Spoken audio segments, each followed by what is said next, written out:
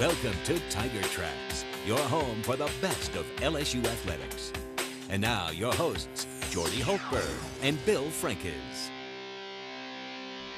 Hi, everybody. Welcome to week 2 of Tiger Tracks. We saw the Tigers get a win in Houston over Wisconsin. I don't know about you, but a little scared there in the third quarter. But, hey, a little fake punt here, a little touchdown there, and it's all good to go. Just take the win and run.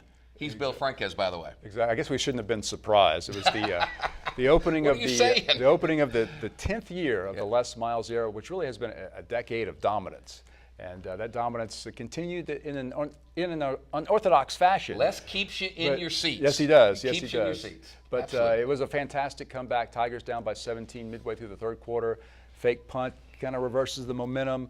Defense takes over. Wisconsin is completely shut down. Momentum just changed. To me, it was amazing. Take the win. Yeah, exactly. Take the win. Jennings did a nice job, I thought, in leading the team. And Hilliard, what a game by Kenny Hilliard. Great to see him run the ball so well. Quick. He looks good. All right, that's over and done. Got to get ready for the Sam Houston State Bearcats. Garrett Walford will join us and give a preview of that FCS school. Opening game in Tiger Stadium. Jordy, capacity over 100,000. The new south end zone is ready to go. I think fans will really enjoy the new ambiance of Tiger Stadium. Yeah, get to see you on the big screen. Yeah.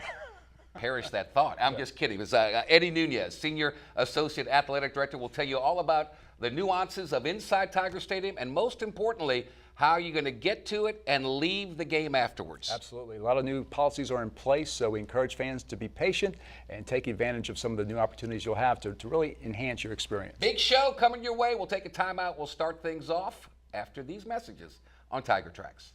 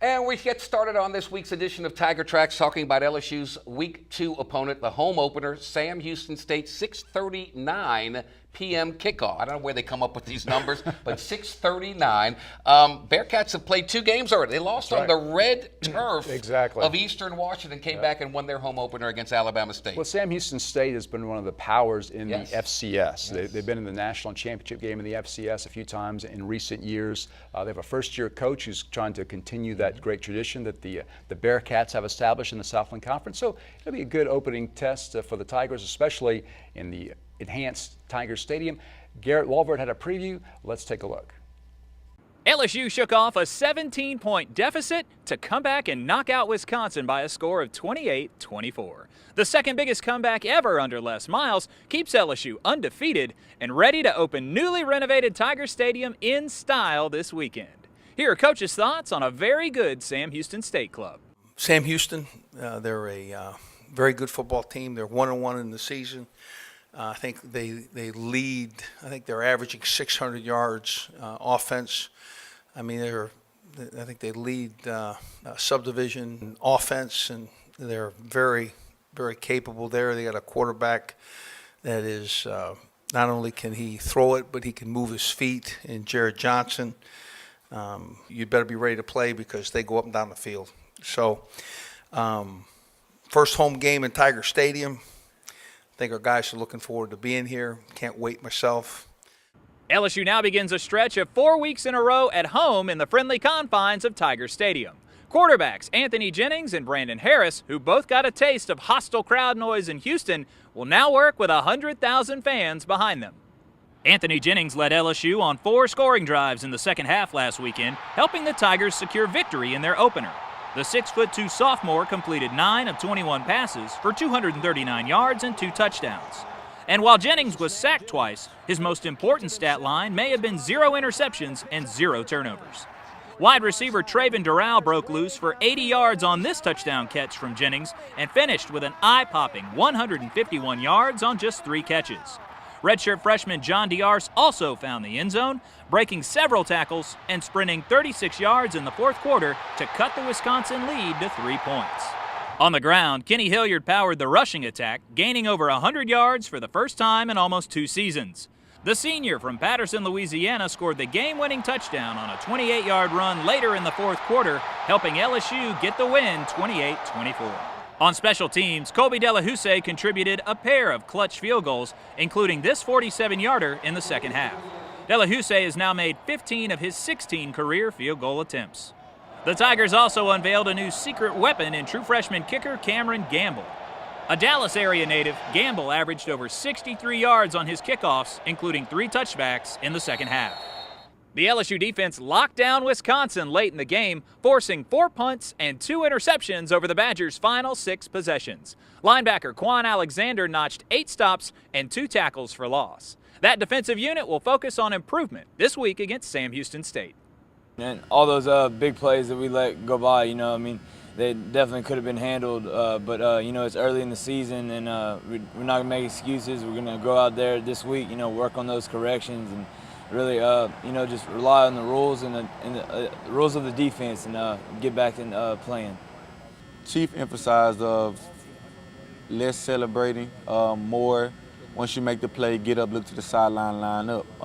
Coach Mal said those guys ran something like 106 plays or something like that. So like I said, less celebrating. Once you make your play, all right, line up, look to the sideline, get the play. It showed me that I have the ability that I knew I had. I can make the plays that I've been dreaming of. So my confidence it's grown a lot. From the Arkansas game until now. I can't say I'm feeling it yet because I've only done it once. I have to do it multiple times for me to be able to say okay, that's my role and that's what I do. That's what I bring to the team. I just work on details. Small things, whether it's a 6-inch step by the quarterback or whether it's getting your depth on your route as a receiver. Just small things. And like I said, Coach Henry tells us all the time, you take care of the small things, the big things will come. So like I said, it's just small, detailed things that we can work on, and we're definitely going to work on this coming week. We weren't happy with the way we were moving the ball on the running game in the first half. We made some adjustments, we made some corrections, and we came out with a sense of urgency to really impose our will against them. And I think we did that in the second half. It was much needed, and I think we did exactly what we needed to do in the start of the second half. Saturday's football game marks LSU's first appearance on the new SEC network. Veteran broadcaster Brent Musburger will call the game, and the eyes of the nation will be on Baton Rouge. Kickoff set for 6:30 p.m. We'll see you there. Reporting for Tiger Tracks, I'm Garrett Walvard. Thank you, Garrett, very much. Sam Houston State picked to finish 3rd in the Southland Conference behind Southeastern and McNeese State. They'll come in. It's the largest crowd they'll ever play in front of Saturday night. Absolutely. It should be a great atmosphere for the opening game in Tiger Stadium. As we said, a capacity over 100,000 and so many new additions, along with the structure itself. Just a lot of things have been put in place, and we're going to talk more about those very soon. A lot of purple and gold, very little orange and blue from Sam Houston State. Eddie Nunez, Senior Associate Athletic Director, will join us to talk about Tiger Stadium next. Tiger Tracks on CST is being brought to you by Capital One Bank, the official bank of all things Louisiana, and by Louisiana Propane Dealers. Get up to $1,200 in rebates on propane accessories. Find out how at louisianapropane.com.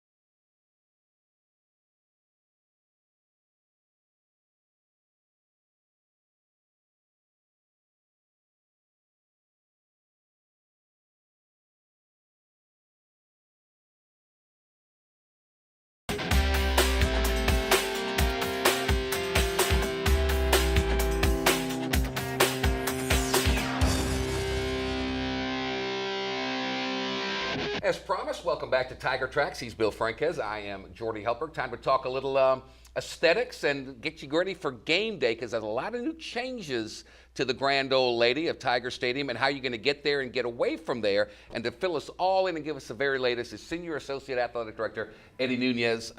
Great to see you, buddy. You look very calm and relaxed with all these new things coming up. So how are you? I'm doing excellent. Thank you for having me. Tiger Stadium looks great. Is it even more than when you saw it on paper and you saw the plans drawn out, you said, boy, this really looks great? Is it even more than that now? It really is. It really is. I think everybody that has been a part of this project from the first day will echo the same statement. We all saw it on paper. We all thought it was going to be a huge addition, not just as far as size, but as far as expectations for our program. And when it was finally finished, the architecture, the overall emphasis, the feel of it, it's unlike no other. That's terrific. And Eddie, along with the fact that, of course, you've added capacity. We're over 100,000 now in Tiger Stadium, which is wonderful. But from a functionality standpoint, this addition does so much for the overall fan experience. It really does. We've been able to really listen to our fans. One of the biggest points of emphasis across the country is fan atmosphere, the fan experience. We wanted to take this opportunity to really try to hone in and try to find out how we can best address our fans. We've been able to add 2 huge video boards on the south, much bigger and better than most other places. We're really excited about it. We think our fans are going to love the HD quality that we're going to be able to do. So a lot of new features we'll be able to show on that. We've got 4 brand new ribbon boards. We're going to have the element on these ribbon boards to be able to have closed captioning. First time in Tiger Stadium we're going to be able to do it so we're going to be able to do a lot of things that we feel our fans are going to have an opportunity that they've never had before with this. Dry rehearsals. I know people don't understand this, but how many rehearsals did y'all go through, and how many fingers did you cross on these things? I don't think we're finished yet. I'll tell you that right now. We have many more to go. Tonight, all the way leading literally to the first game, we're going to have several more. Everything from lights, video boards, walkthroughs, turning on light switches, you name it, we're doing it right now. Turning on stoves. We have part of this in expansion was building a whole new kitchen for our premium areas. And now the food's going to be cooked to serve right there, which is, again, an opportunity that's never been available. Just doing all those little aspects are huge. Is the sound system going to be better than the one in my house? Come on now, tell the truth. Better. Is it really much better? Okay, yes. Good. Going to drown out the opponents, right? It will. We're basically pointing the speakers right at them. Not to sound redundant, but I just want to commend and thank you all for finally sticking the opponents. You know what I mean? Finally. I just want to say thank you for that. We appreciate it. We will do everything we can to continue that trend. Yes. And Eddie, also the expansion gives fans a little more freedom, I guess you'd say, as far as entering and exiting the stadium. I think pregame and postgame, it'll ease some of the congestion you've had in the past. Yeah, I think over the last several years, our fans have unfortunately had to make do with some of the issues that we've had because of construction. And our lines have been a lot bigger in some of the areas. Now with the south, we're able to open it up, give our opportunities to our fans to be able to utilize the south entrances, which again will give them a chance to go from the east to the west to the south, which has never been again accessible. Well, it's a great opportunity, I think, for fans to get there even earlier and take the circuitous route and see everything that the stadium looks like outside and inside. I encourage everybody to come early. Come early, come see it. It's a wonderful addition. Those that have not been able to drive up to Tiger Stadium recently, I encourage them to come Saturday early. Look at what we have to offer now. All right, take a time out because the most important aspect is the stadium looks great. It's going to sound great. It's going to look great. We got to get there, and we got to leave there after a victory. So Eddie Nunez, Senior Associate Athletic Director for LSU, will explain contraflow and much more when we return here on Tiger Tracks on CST. Please stay with us.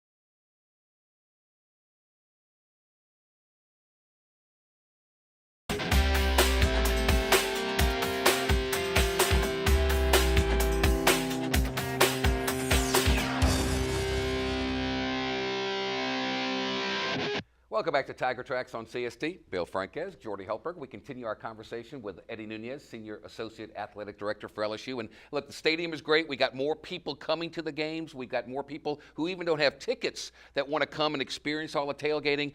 So we got to find a place for them. And there's several important changes that will affect some people, but as time goes on, everyone will get used to it. Let's start off with Burbank and Nicholson. It's different there. It is. It is. We initiated this plan about a year ago, had a group come in, a consultant group that really analyzed and gave us some good feedback on how we should and what we needed to do to address our traffic plans. We've heard from our fans countless times about what their expectations are. So we went forward with this plan to do contraflow. And in the process, before we get to the contraflow aspect, one of the main key points from that was to make sure we had safety addressed. And the safety needs were the vehicles that park along the side of the road. As much of an aspect it was to the tailgating and everything else, we had to think about the overall picture. And so we've had to, because of safety needs, eliminate the parking on both Nicholson from basically Skip Bertman Drive all the way up to Bluebonnet. Okay. And then on Burbank from you would say from the walk-ons area all the way up to Lee Drive. Gotcha. Okay. So no parking there. No parking. But people are going to say, well, I'm going to park. So there are new parking spaces available. We've added over 50, at least a minimum 1,500 free parking areas, lots available. So more than what we've had in the past. Is that to the level where we need to be? Absolutely not. We still have major strides to take to continue to add more parking, more reserved parking, more free parking, and we have some great plans in place. Unfortunately, timing is the problem right now. So I think in the future, in the several years to come, you're going to see more opportunities added that our fans will have more parking opportunities. Okay. It's really tough, Eddie. I mean, you guys have to be so creative in this endeavor. I mean, you're looking at a campus that was laid out back in 1920s, and now we're trying to accommodate a 21st century major event. So it's a difficult procedure, but kudos to you guys for making it happen to this extent. I appreciate it. The infrastructure is what it is. You know, unfortunately, we don't have the resources or the means to be able to add more streets, to add on-ramps to interstates. It's a difficult task. So we have to do everything we can with the numbers we're dealing with to try to get them home, first of all, safe, but also try to get them home fast, because that's what everybody wants to do. They don't want to wait. So if we can get them home sooner rather than later and do it in a safe means, that's been our approach. That's been our focus, and that's where contraflow came in. We wanted to be able to focus contraflow, pushing everybody down Nicholson all the way to Bluebonnet, 2 lanes, pushing as much as we can all the way, and then going on to Bluebonnet, be able to turn there, go towards the interstate, or keep going straight. So we're doing our part. All you can do is be patient. Get to there early. And it's only 7 Saturdays. Right? You live for these Saturdays. Don't be in such a hurry. Relax, chill out, enjoy. It'll all work out. I think in a perfect world. In a perfect world. I think that's the key. I think if we can really stress to our fan base to spend the time, come early, understand that we're going to be utilizing every means and methods to get them home.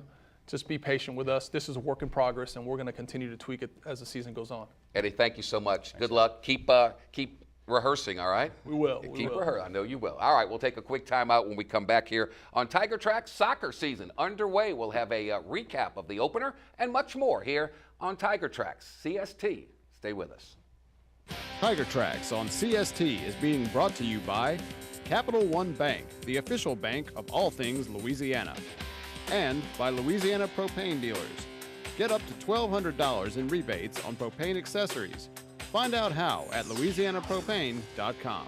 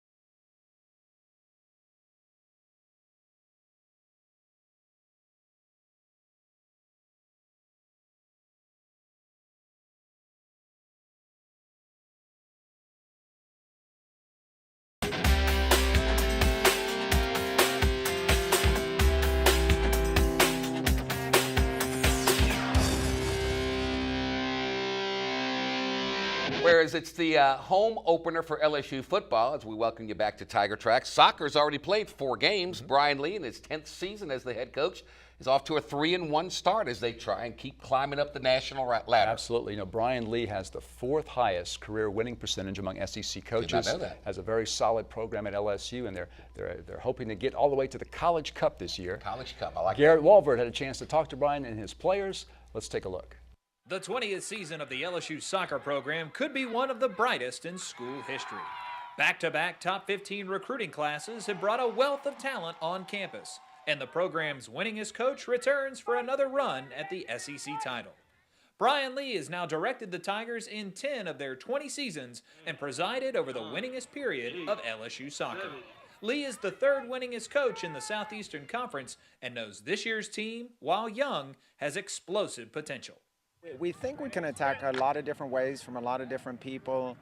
Emma Fletcher, Summer Clark are proven top-notch attacking players, and we think Jorian and Natalia can do the same. And Fernanda, I thought, had a great preseason camp, and she keeps getting better every year with us, and so she can chip in as well. And the big thing with the new players, we're going to score plenty of goals. We've got so many new players on the back line and playing in center of midfield that it's just going to take us a little time to get coordinated on it, but they'll make a big, big difference for us.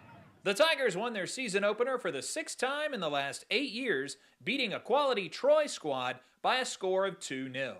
LSU benefited by a pair of goals scored by 2 newcomers to the program. True freshman Jorian Balcom needed just 48 seconds to find the back of the net, scoring the quickest opener goal in school history.